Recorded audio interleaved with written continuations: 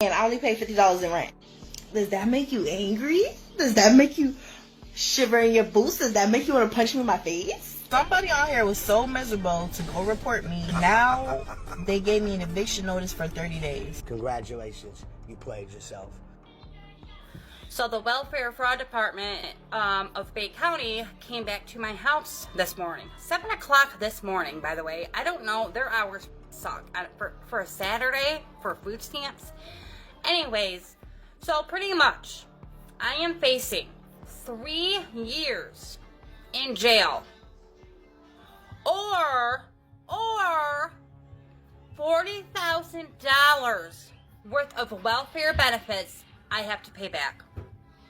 And I have 90 days to do it. There is no payment plan. They have financing that they have banks that they work with, and I can go through them, but they don't do payment plans themselves for this kind of situation. $40,000 in 90 days, or I face 3 years in jail. That includes food stamps, the cash assistance, the Section 8. I don't get any of those anymore, and I will never be able to reapply for any of those programs for the rest of my life. How the hell do they expect me to live? I can't get a job. I refuse to get a job. I'm not doing it.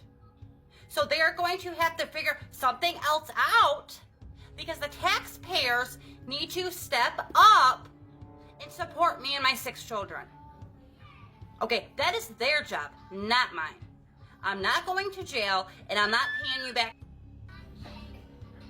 See, this is the part of the story nobody likes to talk about. Accountability finally showed up, and suddenly it's framed as cruelty instead of cause and effect. She's not being attacked. She's not being targeted. She's being asked to answer for choices she proudly broadcasted like they were achievements. And let's be clear, she's actually getting off easy. 40,000 back instead of the full amount.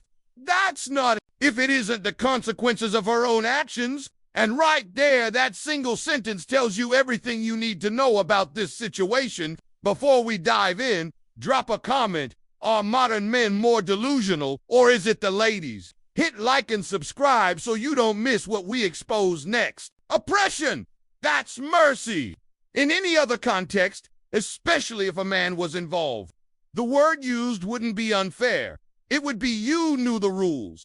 But when it's her, the expectation flips. Consequences become optional. Responsibility becomes negotiable.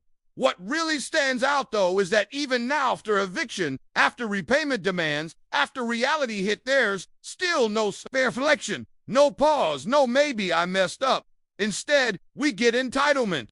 The belief that society, taxpayers, and strangers are morally obligated to bankroll her lifestyle because she exists. This is the modern victimhood mindset in real time. Effort is optional. Discipline is outdated.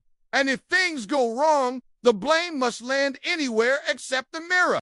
It's the same mentality that confuses assistance with entitlement and support with a permanent subsidy. And this is why these stories resonate. Not because people lack empathy, but because they're tired of watching accountability be treated like abuse. At some point, adulthood has to mean ownership. Otherwise, this cycle never ends.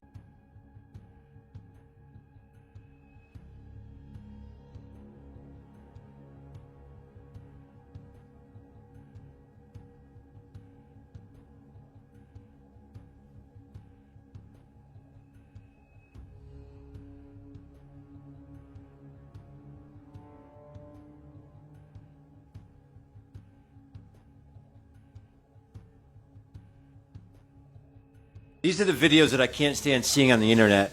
You have the wife in the background right there, probably cooking for the entire family. The guy's in the other room just sitting there watching football. The kids are probably running around the house doing nothing. And she's just sitting there cleaning, cooking for the entire family. What's going on? What are you doing? Nothing. Go back to cooking. And, Well, Someone had to say it. I think you've been disrespectful. What have I actually said to you that's actually disrespectful except challenge your views? Constant interruption, then also the tone. Like there's a tone is absolutely respectful or disrespectful. Your tone has been super condescending. I just don't comment on it. I don't think that's true at all. Yeah, I know you don't think that, but you see these subjective metrics of tone. Give me something I said. Did I call you? You can be disrespectful without blatantly calling someone. I'm telling you that I feel that this conversation has been very disrespectful. I feel that you have been extraordinarily disrespectful. Your tone, from now on, and you talk to me, I need you to use a sing-song voice, because otherwise I feel disrespected. Now, I can't give you any particular words that you said, any particular phrases, any particular insults, because none of that matters. Inside of my brain, I perceive your non-sing-song voice as being disrespectful. No, it's midnight. I'm heading out. Wait, we're almost done. My friend's boyfriend pays for everything. Her bills, her rent, her hair, her nails, all that. She don't pay nothing. She don't work. One day, they invite me out for lunch. I say, sure. I knew he was going to pay for my meal because he's just that type of guy. But at some point within lunch, they just started arguing. She say something crazy. He responds, shut your broke ass up. For some odd reason, she looks shocked, right? She looks at me and is like, did you hear what he just said to me? I said, girl, yes, shut your broke up. He was about to pay for my lunch. I only brought $20. The way she was talking to him was almost as if she paid the light bill. I literally sat there. I said, they not about to have lights tonight. She about to cut that off. No, girl, you need to cut that out. Know your place, because you can't afford a new one. How you forget is broke? I ain't forget. That's Keep this detail in mind because it exposes the real issue here. She openly admits that her friend started the argument by saying something reckless to him. That alone tells you everything about the environment she's comfortable. In disrespect isn't accidental, it's normalized. What's truly baffling is her confusion afterward. At what point did she convince herself that allowing her friend to disrespect a man who pays for everything was a smart move? This is where modern entitlement quietly reveals itself. There's an unspoken belief that provision equals tolerance, that as long as a man is funding the lifestyle, he's supposed to swallow disrespect with a smile. But notice how accountability never enters the conversation. Instead of checking her friend, instead of de-escalating, instead of recognizing that public disrespect has consequences, she lets it ride, then acts surprised when tension explodes. That's not empowerment. That's immaturity disguised as confidence. And this is why arguing in public is already a loss. Once a relationship reaches the point where respect disappears in front of others, the foundation is cracked. A wise man doesn't negotiate respect over appetizers. He observes the behavior, notes the pattern, and makes a decision. Hopefully, he learns the right lesson here. Not to argue louder, not to explain himself more, but to walk away, because when someone shows you that they're comfortable embarrassing, especially while benefiting from your effort, that's not a misunderstanding. That's a preview of the future. Who's gonna look you in your face and say, like, I like, oh, what's up? Like, you with somebody? Like, unfortunately, I have a girlfriend. Unfortunately? Why are you in that relationship then? Unfortunately is crazy. A few moments later. Josh, play another voicemail. Yo, this is Jarvis all the way from Georgia. Jarvis. ABD, I got some reds for you. I don't know nothing about no bodegas, no subways, metros, bacon, egg on a bagel. See, I'm from the South, Georgia specific. We know about peaches. And Black Baptist Church is where your granddad is the deacon. J. Cole said he want to fold clothes with his missus. I'm trying to cook, load the washer, let them dry and stack the dishes, trying to write you letters to the envelope with 100 kisses, trying to bring you to the South, get a feel for your characteristics, let you hear from horse's mouth. I want to hear about all your interests. This is not a poem. This is just my feelings for you to find. It's not a story, but a prophecy waiting on proper time. I appreciate you taking the time out to write something like that to me. I know that took time and that took energy and creativity. I appreciate it. I am unfortunately taken. Unfortunately. I mean, oh my God. Yo!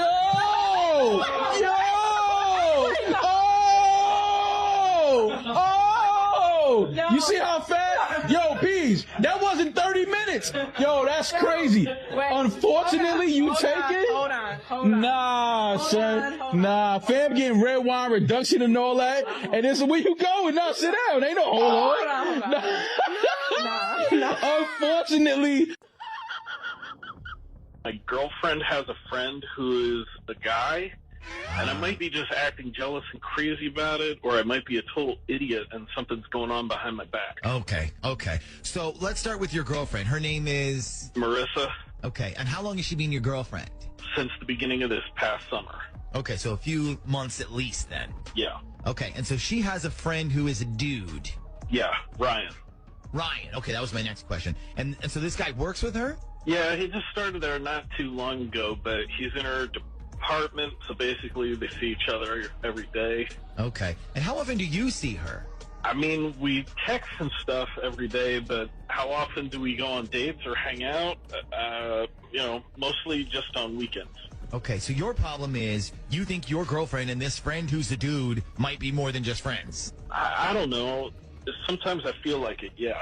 Okay, so let's bring our resident female expert, Ashley, in here. Hello, yes. And you can explain why you feel that way. So why do you think they might be more than just friends? Okay, so first of all, I don't understand why this guy has her phone number to text her. I mean, if he's just a friend from work, I don't think he needs to be texting you while you're not at work. Okay, but I mean, I have Nick's number and I have Shaggy's number, and we all text each other on the weekends sometimes, so I mean... Okay, well, then there's the pictures she puts up. Like, all of a sudden, she'll put up pictures of stuff they're doing during the day at work, and she never used to post pictures from work. Okay, is this Ryan guy in the pictures? Most of them, yeah. Okay, and what else? So we're supposed to go to Hallow Screen last Friday, and she was like, hey, babe, I want to go watch our softball team from work play instead. Is that okay? And I was like, yeah, I guess so. What time do I need to pick you up? And she was like, oh, you don't have to go. It's just a bunch of friends from work. Why don't you take your niece and nephew to Hallow Screen? Let me take a wild guess. Ryan plays on the work softball team? Yeah, how'd you guess?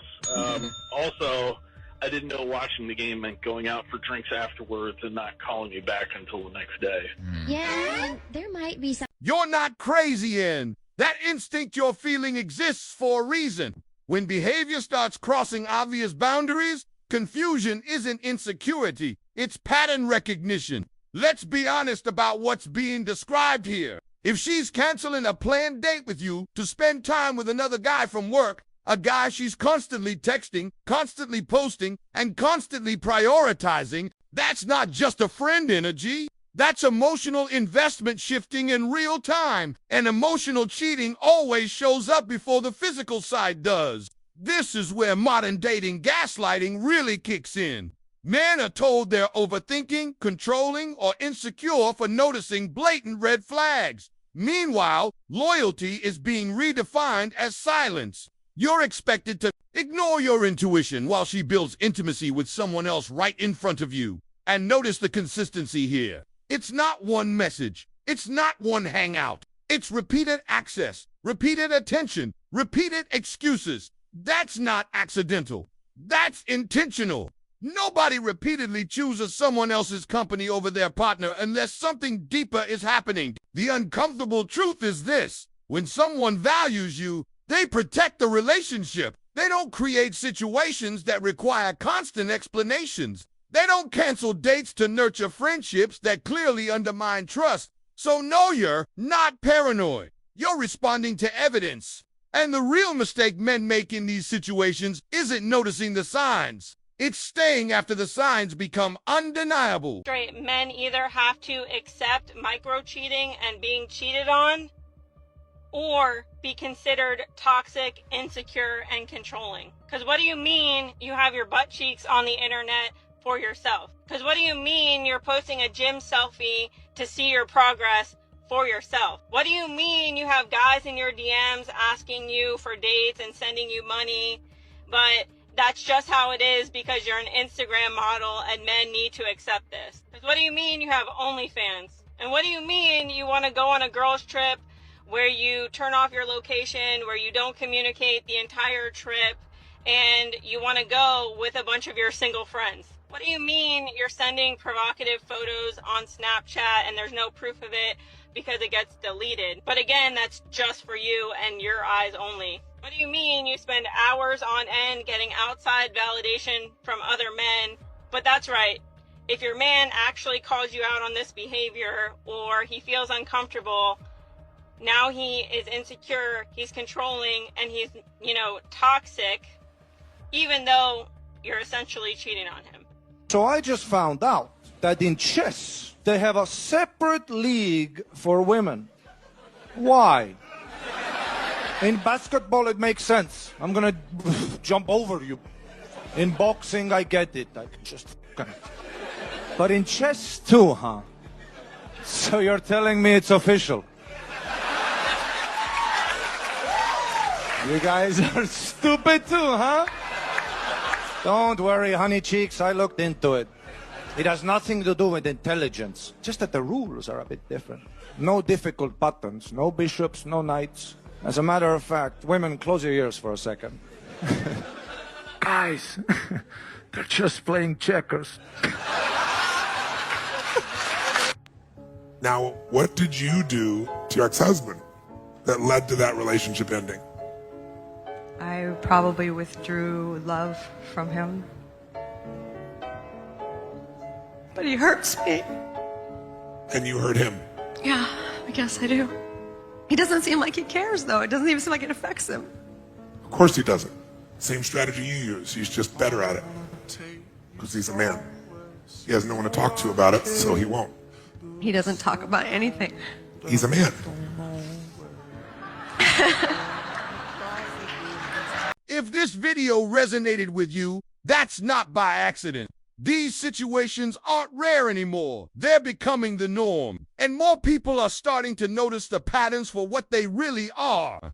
The next video takes this conversation even further, breaking down another example of how entitlement, blurred boundaries, and lack of accountability keep repeating themselves in modern relationships. Different story, same playbook. So if you enjoyed this one, I promise you'll want to see what comes next. Click through, stay sharp, and I'll see you there.